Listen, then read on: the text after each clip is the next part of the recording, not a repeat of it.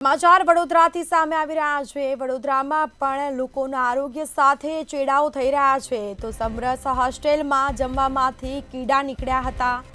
જેમાં સમા અયપ્પા ખાતે આવેલી સમરસ હોસ્ટેલનો આ બનાવ સામે આવ્યો છે। વારંવાર સમરસ હોસ્ટેલમાં ખોરાકમાંથી જીવજંતુઓ નીકળતા હોય છે।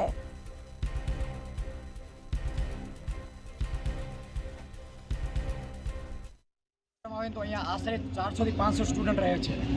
मैनेजमेंट अने अँ जे स्टूडंटनु छे ने आपणुं एडमिशन ए पण मेरिट बेस्ड एडमिशन छे, ना कि जेम तेम छोकराने भरी देवा। Government of Gujarat uh grant आवे छे। तो बात करवामां जो पाणीनी समस्यानी ने तो पाणीनी समस्या छेल्ला 1 થી 1.5 महीनानी छे।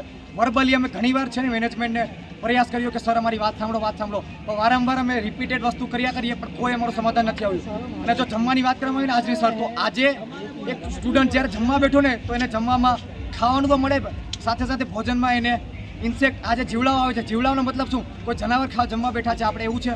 તો જમવાનું આ પેલો પણ નથી આપણે કેસ કે અહીંયા છોકરાને જમવામાં આવતું, છોકરાને વારંવાર પાણી મળે છે, કોઈ ક્વોલિટી નથી મળતી જમવામાં।